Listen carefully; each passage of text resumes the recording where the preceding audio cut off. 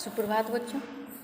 हिंदी साहित्य की कक्षा में आप सभी का स्वागत है। आज हम पाठ 14 प्रेरणा के पुष्प इस पाठ का अध्ययन करेंगे। बच्चों, भारत देश की इस महान धरती पर अनेक महान व्यक्तित्व पैदा हुए हैं। उनसे संबंधित छोटे छोटे प्रसंग, छोटी छोटी घटनाएं उनके बारे में हमारे जीवन को प्रेरणा के पुष्प बनकर महका सकते हैं। और इस पाठ में भी दो ऐसे ही महान व्यक्तित्व के बारे में वर्णन किया गया है जिनसे हमें शिक्षा मिलती है। पहला स्वामी विवेकानंद, दूसरा राम प्रसाद बिस्मिल। आइए बच्चों, देखते हैं इस पाठ को।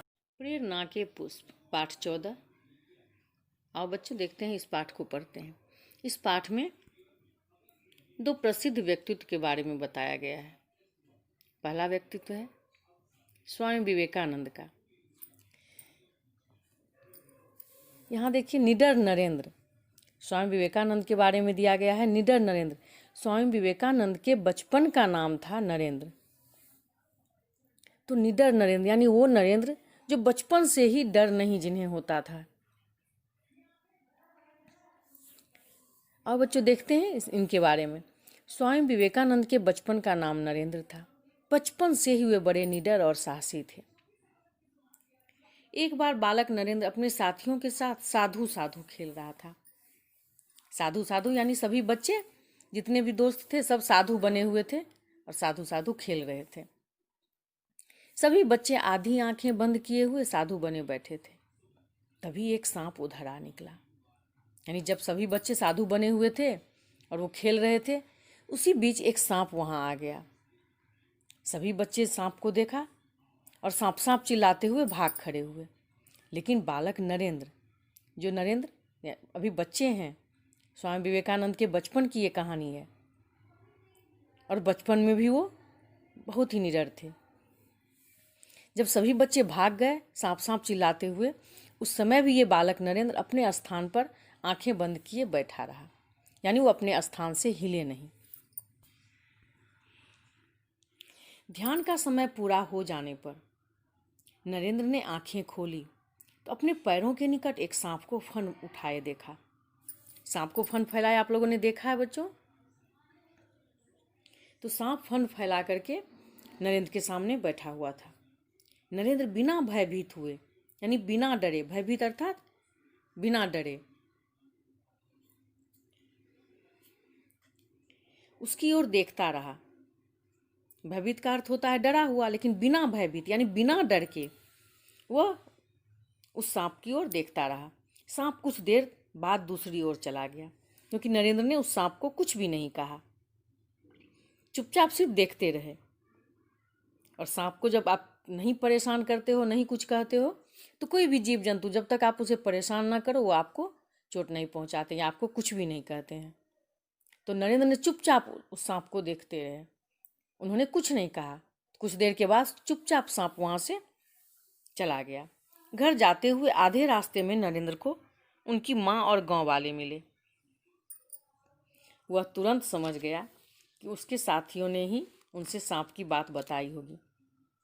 यानी उनकी माँ और उन गांव वाले सभी आ रहे थे, अर्थात उनके साथी जो भाग करके गए थे घर, वो लोग ही जा करके सबको बताए होंगे कि नरेंद्र ध्यान में बैठा हुआ है और सामने सांप है। नरेंद्र को समझते देर नहीं लगी, वो समझ गए। नरेंद्र को सकुशल पाकर सबने चैन की सांस ली। चैन की सांस लेना ये एक मुहावरा है, अर्थात राहत की सांस ली। सबका मन हल्का हो गया कि चलो कोई बात नहीं है। बालक नरेंद्र हमेशा ऊंचे ऊंचे पेड़ों पर चढ़ता रहता, कहीं वह किसी दिन गिर ना जाए। इस भय से उसके घर वालों ने कहा कि पेड़ों पर भूत रहते हैं। यानी घर वालों को ये डर था कि कहीं पेड़ पर से कहीं नरेंद्र गिर ना जाए। इसी डर से, भय से अर्थात डर से, उनके घर वालों ने कहा कि पेड़ों पर भूत रहते हैं और वे गर्दन मरोड़कर मार डालते हैं। यानी पेड़ पर जो भी व्यक्ति चढ़ता है उसे गर्दन मरोड़कर मार डालते हैं। दूसरे दिन इस बात की सच्चाई जानने के लिए कि सही में ये बात सच है या नहीं, नरेंद्र ने जानने के लिए एक एक पेड़ पर चढ़ा और बोलता, हर पेड़ पर चढ़ता और बोलता, भूत बाबा, इस पेड़ पर तुम्हारा वास है तो मेरे सामने आ जाओ। नरेंद्र ने अपने घर वालों की बातों की सच्चाई को जांचने के लिए, देखने के लिए क्या किए, एक एक पेड़ पर चढ़ते और बोलते कि भूत बाबा इस पेड़ पर तुम्हारा वास हो। वास अर्थात यानी यहाँ तुम्हारा घर है, तुम अगर रहते हो जहाँ हमारा वास होता है उसे वही हमारा घर होता है। अगर भूतों का वास है वो पेड़ तो उनका घर है।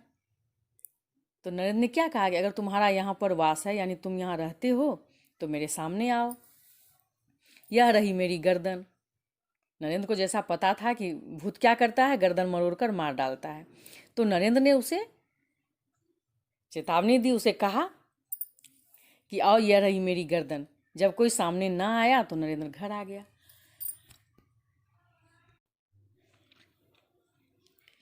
नरेंद्र को ये बात समझते देर नहीं लगी कि उन्हें सिर्फ डराया गया है ताकि वो पेड़ पर ना चढ़े। नरेंद्र ने इतना कह के देख लिया, फिर अपने घर चले आए। बड़े होकर भी स्वामी विवेकानंद ने सबको यही सीख दी, यानी यही शिक्षा दी। उनके बचपन का नाम नरेंद्र था और यही नरेंद्र जब स्वामी विवेकानंद के नाम से प्रसिद्ध हुए तो सबको यही सीख दी कि कही सुनी बातों पर तब तक विश्वास न करो जब तक कि स्वयं उनकी परीक्षा न कर लो।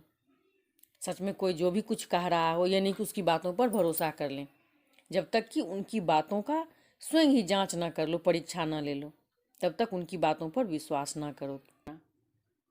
अमेरिका के शिकागो में हुए विश्व धर्म सम्मेलन में भारतीय विचारधारा की धाक जमा देने वाले स्वामी विवेकानंद ही थे। यानी उन्होंने भारतीय विचारधारा से सबको प्रभावित किया। उन्हें सम्मेलन का सर्वश्रेष्ठ वक्ता घोषित किया गया। स्वामी विवेकानंद अपने गुरु स्वामी रामकृष्ण परमहंस के सबसे प्रिय शिष्य थे। उनके गुरु का नाम आप जानते हो ना बेटा? स्वामी विवेकानंद के गुरु का नाम क्या था? स्वामी रामकृष्ण परमहंस। आइए बच्चों अब दूसरे पुत्र के बारे में देखते हैं, महान जननी का वीर पुत्र। अभी तो आपने निडर नरेंद्र की कहानी जानी, अब हम देखते हैं महान जननी का वीर पुत्र। जननी का मतलब माता, और उनका वीर पुत्र। भारत की स्वतंत्रता का आंदोलन तेजी पर था। नवयुवकों ने अनेक संगठन बना रखे थे जो दिन रात अंग्रेजी सत्ता को उखाड़ फेंकने में जुटे हुए थे। ऐसे क्रांतिकारी संगठनों के पास जोश तो बहुत था किंतु धन का अभाव था, यानी धन की कमी थी। 9 अगस्त 1925 को कुछ जोशीले क्रांतिकारियों ने काकोरी स्टेशन पर रेलगाड़ी से सरकारी खजाना लूटा।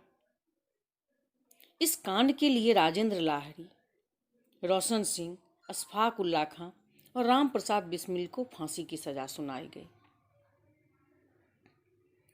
फांसी से पहले राम प्रसाद बिस्मिल की वृद्ध मां उनसे मिलने के लिए गोरखपुर जेल पहुंची, यानी गोरखपुर जेल में ही उन्हें रखा गया था। मां को देखकर बिस्मिल की आंखें भर आई। मां ने सिर पर हाथ फेरते हुए कहा, बेटा तुमसे तो अंग्रेज सरकार भी थर थर कांपती है। थर थर कांपना अर्थात डरना। फिर तुम जैसे बहादुर की आंखों में आंसू क्यों? देखो बच्चों, मां ने किस तरह से बिस्मिल को हिम्मत दिया, क्योंकि बिस्मिल को तो पता था कि उसको फांसी की सजा हुई है। और जब माँ उससे मिलने के लिए गई तो माँ भी बहुत हिम्मत के साथ उससे मिली और माँ ने उससे समझाया कि बेटा तुम क्यों घबराते हो, तुमसे तो अंग्रेज सरकार भी थर थर कांपती है, फिर तुम जैसे बहादुर की आंखों में आंसू क्यों? बिस्मिल की आंखों में आंसू आ गए थे अपनी माँ से मिलते समय, लेकिन माँ ने उसे समझाया कि तुम तो बहादुर हो, तुम्हारी आंखों में आंसू अच्छे नहीं लगते हैं, आंख में आंसू क्यों आ गए हैं? तुम तो बहुत बहादुर हो और तुमसे तो अंग्रेज सरकार थर थर कांपती यानी डरती है। माँ मैं मौत से नहीं डरता, बिस्मिल ने कहा। माँ मैं मौत से नहीं डरता, मेरी आंखों में तो आंसू इसलिए आए हैं कि अब मैं तुम जैसी महान जननी के दर्शन फिर न कर पाऊंगा। यानी तुम जैसी महान जो मेरी माँ है, मेरी माता है, उसके दर्शन मैं फिर से नहीं कर पाऊंगा। यानी जब उसे फांसी हो जाएगी तो फिर कहाँ वो रहेगा जिंदा, फिर कैसे वो अपनी माँ से मिलेगा? इसीलिए उसकी आंखों में आंसू आ गए थे कि अब मैं माँ से नहीं मिल पाऊंगा। बेटा तू तो धरती माँ की आज़ादी के लिए अपने प्राण दे रहा है। माँ ने उसे फिर समझाया, बेटा तू तो धरती माँ की आज़ादी के लिए अपने प्राण दे रहा है, छोटी माँ की गोद से निकलकर बड़ी माँ की गोद में जा रहा है। यानी मेरी गोद जो है छोटी है, लेकिन धरती माता की गोद बहुत ही बड़ी है। धरती माँ कितनी विशाल है, पूरी धरती पर ही तो पूरी दुनिया टिकी हुई है बेटा।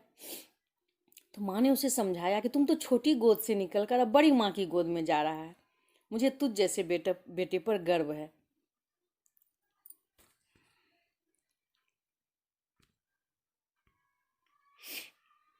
देखो माँ किस तरह से अपने बेटे को आशीर्वाद दे रही है।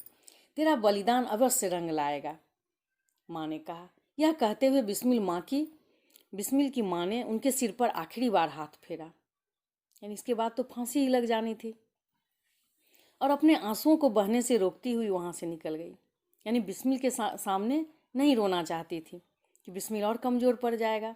इसीलिए उन्होंने क्या क्या किया, अपनी आंखों के आंसू को छिपा करके वहाँ से निकल गई। जेल से बाहर आकर रामप्रसाद बिस्मिल की वीर प्रसू माँ ने खादी की धोती से अपनी सजल आंखें पोंछी। यानी आंसू से जो भरी हुई उनकी आंखें थी, सजल अर्थात आंसू से भरी हुई, जल से भरी हुई, जल समान आंसू था ना, उससे उनकी आंखें भरी हुई थी। उन्होंने क्या किया, अपनी खादी की साड़ी से अपनी भरी हुई आंखें को पोंछी। भारत माँ के ऐसे महान सपूतों की कुर्बानी रंग लाई और भारत को अंग्रेजों से आज़ादी मिली। उन वीर शहीदों के बलिदान के कारण ही हम आज खुली हवा में सांस ले रहे हैं। हमें बिस्मिल जैसे महान शहीदों से प्रेरणा ग्रहण करनी चाहिए, तभी हम अपनी स्वतंत्रता की रक्षा करने में सक्षम होंगे और यही हमारी उन शहीदों को सच्ची श्रद्धांजलि होगी। इन्हीं क्रांतिकारियों के कारण, इन्हीं महान विभूतियों के कारण तो हमारा देश आज़ाद हो पाया। आप लोग सब जानते हो बच्चों, इन्हीं के कारण, इन्हीं की कुर्बानियों के कारण आज हमारा देश स्वतंत्र है और हम स्वतंत्रता की धरती पर सांस ले रहे हैं और हमारा देश स्वतंत्र है।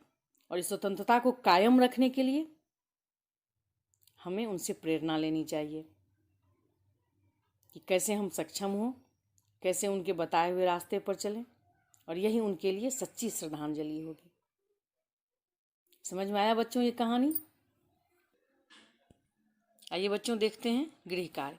पाठ को ध्यानपूर्वक पढ़ें। कठिन शब्द को 3-3 बार सुंदर लिखावट में लिखें। शब्दार्थ को सुंदर लिखावट में लिखें तथा याद करें। धन्यवाद बच्चों, फिर मिलते हैं अगली कक्षा में।